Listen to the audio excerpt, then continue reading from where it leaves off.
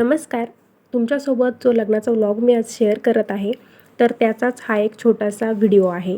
हळदीच्या दिवशीच साखरपुड्याचा कार्यक्रम होता. त्या कार्यक्रमाचा हा सिनेमॅटिक व्हिडिओ आहे.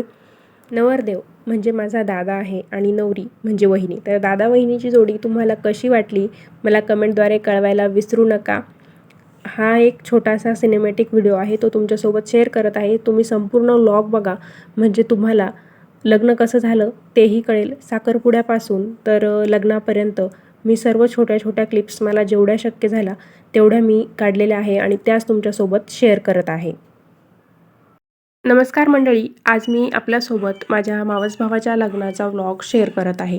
माझ्या पप्पांच्या मावस भावाच्या मुलाचं हे लग्न होतं. तर नाशिकवरून मी, माझे मिस्टर, माझी मुलगी, माझी बहीण आणि तिचा मुलगा असं आम्ही हळदीसाठी जायला साधारणपणे 2:30 वाजेला निघालो होतो. तर 26 नोव्हेंबरला बुधवारी हळद होती. मुलं छोटी असल्यामुळे आम्ही लग्नघरी गेलो नाही, डायरेक्ट लॉन्सवरच जाण्याचं आम्ही ठरवलं होतं. नाशिक ते शिर्डी अंतर भरपूर आहे. जवळपास 2.5 तासाचा हा प्रवास असणार आहे सिन्नर बायपासने. त्यानंतर वावी, पोहेगाव मार्गे आम्ही लग्नासाठी गेलो. पण त्या लॉन्सला लग्न असल्यामुळे सर्वजण उशिरा येणार होतो. आम्ही मात्र 5:30लाच पोहोचलो. फ्रेश होण्यासाठी थांबलो. त्यानंतर तिथे चहा घेतला. डेग मिसळ म्हणून एक छोटंसं हॉटेल होतं, त्या ठिकाणी आम्ही चहा घेण्यासाठी थांबलो होतो. त्यानंतर आम्ही सप्तपदी मंगल कार्यालयाच्या ठिकाणी येऊन पोहोचलो. पण अगोदरचं जे लग्न होतं तिथलं आवरलेलं नव्हतं, नवरी पण निघालेली नव्हती. मग आम्ही पार्किंगमध्येच गाडी लावली आणि तिथेच वेट करत थांबलो. त्यानंतर साखरपुड्याचा कार्यक्रम झाला. बघा, हळदीची तयारी चालू होती. रेणू तिच्या मावशीसोबत खेळत आहे. तिला खूप मजा वाटत होती. बाहेर डीजे वगैरे वाजत होता, तर तिला खूप मजा येत होती. हळदीच्याच दिवशी ती पूर्ण 8 महिन्याची झालेली आहे आणि मी पहिल्यांदाच तिला असं कार्यक्रमासाठी बाहेर घेऊन आले होते. तिला मजाही येत होती. ती छोटी असल्यामुळे मला सर्वच कार्यक्रमांचे व्हिडिओ काढता आलेले नाही, पण जेवढे काही व्हिडिओ काढता आले आहे ते सर्व मी तुमच्यासोबत शेअर करत आहे.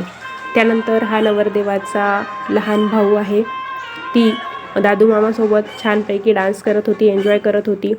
हळदीचा कार्यक्रम सुरू झालेला नव्हता. सर्वजण नाचत होते, डीजेचा आनंद घेत होते.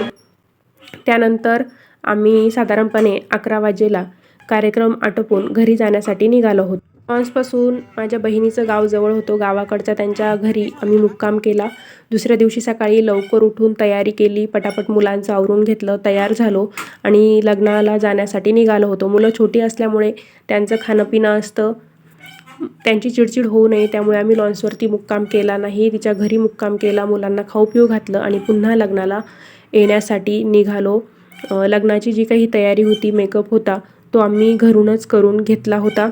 सकाळी वैदिक विवाह देखील होता, पण मुलं छोटी होती, थंडी पण होती गावाकडे, त्यामुळे आम्ही लवकर निघालो नाही, डायरेक्ट लग्नासाठीच निघालो. तयार झालो. बहिणीला देवक होतं, त्यामुळे आम्ही 10 वाजेच्या सुमारास घरातून निघालो होतो. त्यानंतर तर आम्ही कसे दिसतोय ते आम्हाला कमेंटद्वारे कळवायला विसरू नका. बरीच गर्दी होती शिर्डीमध्ये. फायनली आम्ही लग्नाच्या ठिकाणी येऊन पोहोचलेलो आहे. बरेच पाहुणे मंडळी येऊन बसलेले होते. ज्याची त्याची तयारी चालू होती, काहींची झालेली होती. बहिणीला देवक होतं, तिची ती गडबड सुरू होती. नवरदेव बघा छान तयार झालेला आहे, नाचत आहे. बाकीचे देखील सर्वजण नाचत आहे, आनंद व्यक्त करत आहे. आम्ही सर्वांनी खूप डान्स केला. ऊनही लागत होतं, तरीही आम्ही डान्स करूनच घेतला. त्यानंतर लग्न लागण्याची वेळ झालेली होती. आम्ही सर्वजण गेटवर येऊन थांबलो. नवरीबाई मात्र अजून आलेली नव्हती.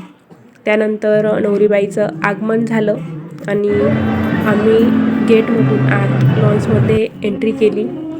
तर बरेच गर्दी झालेली होती लग्नाला. नवरदेव नवरी दोघंही छान दिसत होते. रेणू छोटी असल्यामुळे मी सर्व व्हिडिओ काढलेले नाही, सर्व व्हिडिओ काढायला मला जमलं नाही. लग्न लागलं, त्यानंतर रेणूलाही थोडा वेळ झोपी लावलं, जेवण केलं आणि 3:30-4 वाजता आम्ही लग्नातून निघालो, कारण नाशिकला यायचं होतं. परत उशीर झाला असता, संध्याकाळी ट्रॅफिक असती. मग लग्नातून निघण्या अगोदरच दुसरा माझा एक भाऊ आहे, तो म्हणाला की नाही आपण काहीतरी थंड वगैरे घेऊ. थंड घेतलं आणि आम्ही पुन्हा यायला निघालेलो आहे. तर हा माझा बहिणीचा मुलगा आहे उत्कर्ष. त्याने देखील आम्हाला लग्नामध्ये काहीच त्रास दिला नाही. लग्न झालं, छानपैकी आम्ही थंड घेतलं, लस्सी घेतली, रेणूला देखील थोडीशी बिस्किट घेतली आणि आम्ही परत नाशिककडे रवाना झालेलो आहोत. साधारणपणे 6 वाजता आम्ही नाशिकला परत येऊन पोहोचलो. व्लॉग कसा वाटला कमेंटद्वारे नक्की कळवा. Bye bye.